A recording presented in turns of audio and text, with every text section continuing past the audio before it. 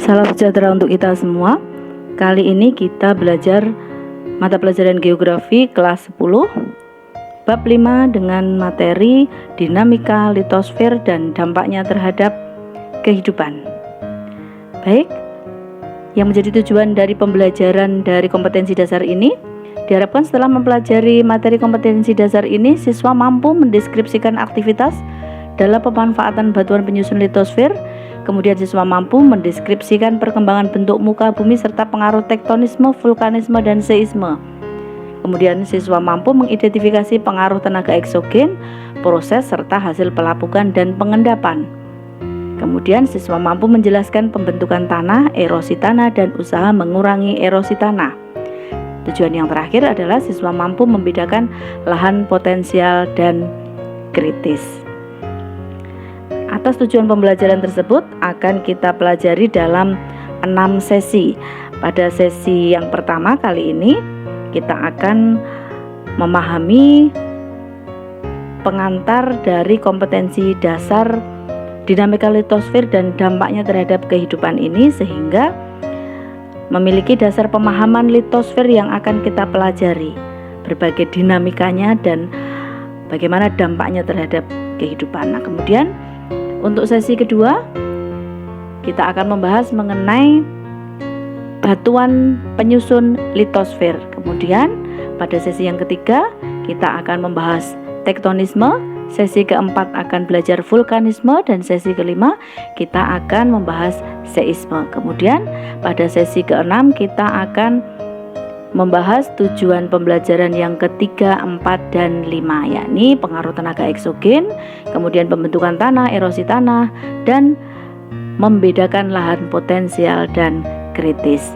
Baik, sebagai apersepsi untuk lebih memahami materi dengan mengaitkan berbagai fenomena yang ada di sekitar kita, maka kita lihat gambar yang nampak pada layar tersebut ya, yang merupakan salah satu contoh bentukan di permukaan bumi. Nah, bagaimana bentukan di permukaan bumi ini merupakan hasil dari dinamika litosfer.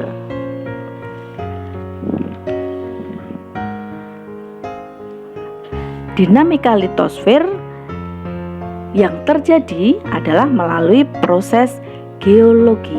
Nah, beragam proses geologi yang membentuk dan merombak berbagai unsur litosfer memerlukan waktu ribuan hingga jutaan tahun untuk menghasilkan berbagai bentukan di permukaan bumi.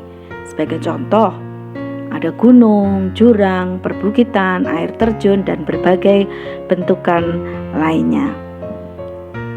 Selanjutnya, untuk memahami dinamika litosfer yang dihasilkan oleh proses geologi atas aktivitas dari tenaga endogen, maka kita lihat bahwa pembentukan muka bumi yang bisa kita jumpai di berbagai belahan bumi ini merupakan hasil proses geologi yang diakibatkan oleh tenaga endogen yang kemudian dilanjutkan oleh tenaga eksogen. Nah, yang pertama adalah tenaga endogen, merupakan tenaga yang berasal dari dalam bumi. Meliputi apa sajakah tenaga endogen tersebut? Yakni melalui peristiwa tektonisme, kemudian vulkanisme, dan seisme. Ini yang akan kita bahas pada sesi ketiga, keempat, dan kelima. Nah, selanjutnya kita pahami bahwa bentukan muka bumi yang dihasilkan oleh proses geologi yang diakibatkan oleh aktivitas tenaga endogen selanjutnya akan dilanjutkan oleh aktivitas tenaga eksogen, yakni tenaga yang berasal dari luar bumi. Meliputi apa sajakah? Yang pertama adalah pelapukan, kemudian yang kedua adalah erosi, dan yang ketiga adalah pengendapan atau sedimentasi. Baik, selanjutnya terlebih dahulu kita memahami pengertian dari litosfer. Litosfer merupakan lapisan batuan ya, diambil dari kata litos dan spher atau sphaira. Yang yang mengandung arti bahwa litosfer adalah lapisan batuan yang membentuk permukaan bumi. Sering disebut sebagai lapisan kulit atau kerak bumi. Nah, bumi sendiri, di mana litosfer merupakan permukaan paling atas, ya, dan sering disebut sebagai kerak bumi.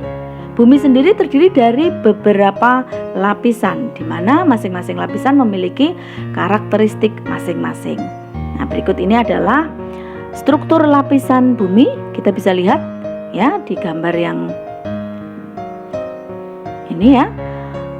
Yang atas ini, seandainya bumi dibelah, maka kita bisa melihat kondisinya adalah seperti ini ya. Ada inner core, kemudian outer core, ada mantle dan crust. Crust yang merupakan lebih sering menyebut kerak ini sebagai crust ini ya, lapisan yang paling luar. Nah, jika kita lihat sebagai penampang, kita bisa lihat di sini ya. Inti bumi atau inner core, kemudian luarnya adalah outer core, kemudian sebelah luarnya adalah mantle, dan yang paling luar adalah kerak bumi. Nah, jika kita lihat secara penampang irisan, kita bisa lihat ya bahwa inner core merupakan lapisan yang solid atau padat. Kemudian setelah inner core, di luarnya adalah outer core, merupakan lapisan yang liquid ya, tebalnya 5100 km. Kemudian setelah inti bumi yang terdiri dari inti dalam dan inti luar, kemudian mantel ya. Nah, mantel ini terdiri dari mantel bawah dan mantel atas. Mantel atas inilah yang disebut atau membentuk litosfer bersama dengan kerak bumi. Mantel bagian atas ini merupakan astenosfer. Astenosfer sendiri merupakan lapisan yang liat, berupa cair, liat, dan sangat panas. Disinilah terjadi tidak hanya di inti bumi ya, di astenosfer ini juga terjadi aktivitas yang bisa menggerakkan lempeng atau litosfer yang berada di atas astenosfer, dan litosfer ini seolah-olah mengambang di atas astenosfer, atau tidak hanya mengambang tetapi juga bergerak di atas astenosfer. Baik, selanjutnya kita perdalam mengenai struktur bumi, baik berdasarkan komposisi secara kimia maupun secara fisik ya. Yang sebelah kiri adalah secara kimia ya. Kita lihat bahwa core-nya adalah atau inti bumi adalah terdiri secara kimia adalah terdiri dari besi ya. Kemudian mantle adalah terdiri dari silikat, kemudian crust terdiri dari silikat juga. Kemudian secara fisik ya, untuk inti bumi, inti dalam adalah berupa padat, kemudian inti luar liquid, kemudian mantelnya ya atau mesosfer adalah solid. Di mantel sebelah atas atau upper mantle adalah astenosfer, berupa secara fisik adalah plastis ya. Kemudian di atas astenosfer adalah litosfer yang merupakan lapisan yang kaku. Baik, ini adalah struktur bumi baik secara kimia maupun secara fisik. Kemudian selanjutnya kita lihat bagaimana interior bumi ya. Struktur bumi kita lihat secara interiornya. Nah, yang pertama adalah inti dalam atau inner core ya tadi ya. Inti dalam ini sangat panas, terbentuk dari besi dan nikel di pusat bumi. Kedalaman rata-rata 5.150 hingga 6.378 km dari permukaan bumi, dan diameter dari inti dalam, hanya inti dalamnya dulu ya, berdiameter 1.200 km. Baik, kita lihat di sini ya bahwa apa yang disebut sebagai litosfer tadi merupakan mantel bagian upper, bagian atas ya, dan kerak. Baik, selanjutnya kita lihat inti luar. Inti luar merupakan satu-satunya bagian yang cair dari struktur bagian dalam bumi ya, karena setelah inti luar, mantelnya juga berupa padat ya. Kemudian komposisi dari inti luar terdiri dari besi dan nikel. Nah, kedalamannya 2890 hingga 3200 km dari permukaan dan ketebalannya adalah 2300 km. Baik, selanjutnya astenosfer. Lempeng dari litosfer mengambang dan bergerak di atas lapisan yang panas ini ya. Astenosfer ini merupakan lapisan yang panas ya.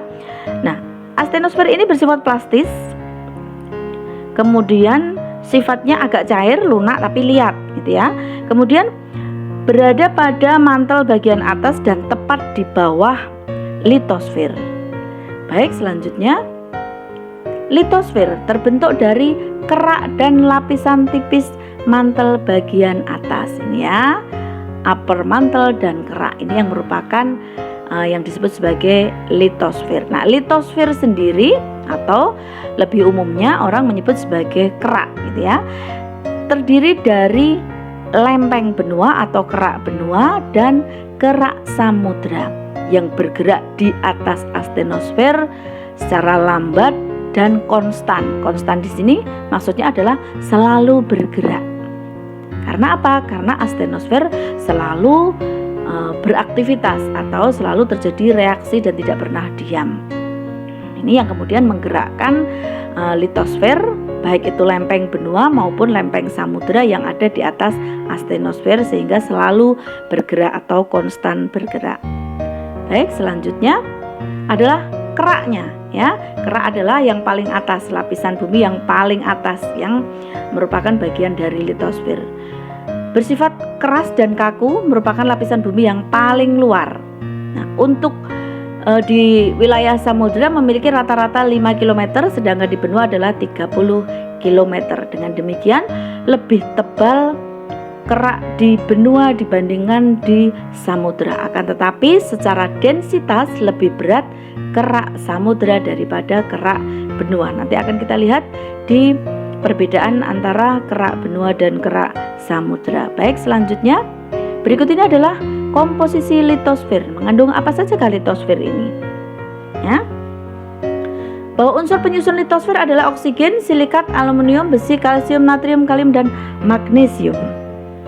Nah, litosfer atau kulit bumi ini terdiri atas dua bagian, yaitu lapisan sial dan lapisan sima. Lapisan sial yaitu lapisan kulit bumi yang tersusun atas unsur silikon dan aluminium. Ya. Senyawanya dalam bentuk SiO2 dan Al2O3.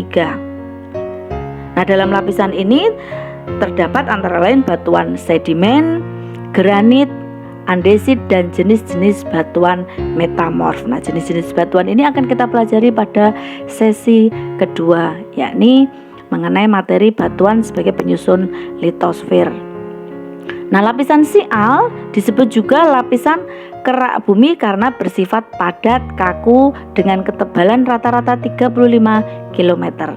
Nah, lapisan yang kedua dari litosfer adalah lapisan sima, yaitu lapisan kulit bumi yang tersusun atas unsur-unsur silikon dan magnesium dalam bentuk senyawa SiO2 dan MgO.